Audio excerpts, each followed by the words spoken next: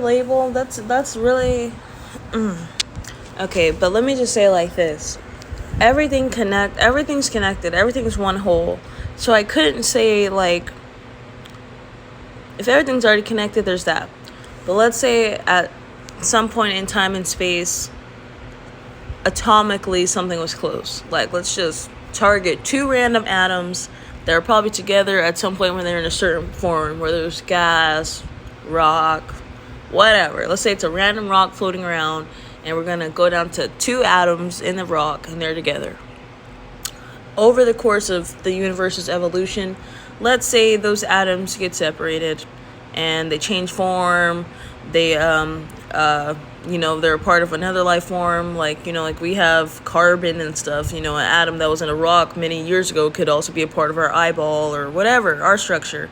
So there's that, and the odds of those specific two reconnecting in some way, shape, or form, whether it's a burger you're eating and, a certain atom in your shoulder and a certain atom in the sesame seed on your bun, were once a part of some foreign extraterrestrial planet's bug's leg. And they for some reason, as many interactions as they have, the repetitiveness of them being near each other may have caused a magnetic pull, so they tend to run into each other more. You see how it's more of like a natural magnetic thing, but there's so many atoms to keep track of. But at the same time, it's still, even though there's infinite atoms, there's still going to be multiple occurrences where some are closer than others, or they run into each other more than others. And during that process, is it possible that they can build a magnetic bond, making themselves connect more often? It's possible. Now, what would I call that? I don't know. Theory number 937. I don't know. When it comes up to wording, I would have to really think about it. I wouldn't just call it like magnetism or reconnecting. I don't know, because there's so many gray areas also in what I was saying that I would have to go back and do a little deeper explaining on. But for the most part, I think I said enough, or I think I said it right, because I got to think about it in general sense. General patterns created, patterns wanting to be maintained type of deal. So it's not always directly about just a person.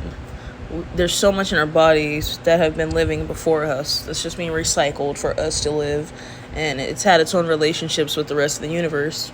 So if part of my body knows a part of your body, and they just can't help but to try to reconnect in every quote-unquote lifetime, or every possible moment that it's able to move or cause influence on however it's existing in that moment, then hey. But it doesn't really have that much to do with humans or soulmates and, my person. Nope, it's my atom, or it's my fellow counterpart. I don't know. I don't know. I hope that makes sense, because, like I said, there's some gray areas in that I didn't explain. But I think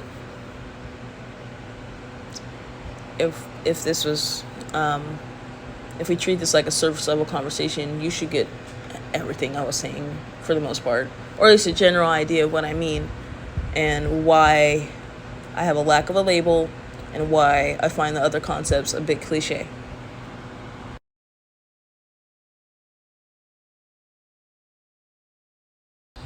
I think I'd call it atomic pattern recognition.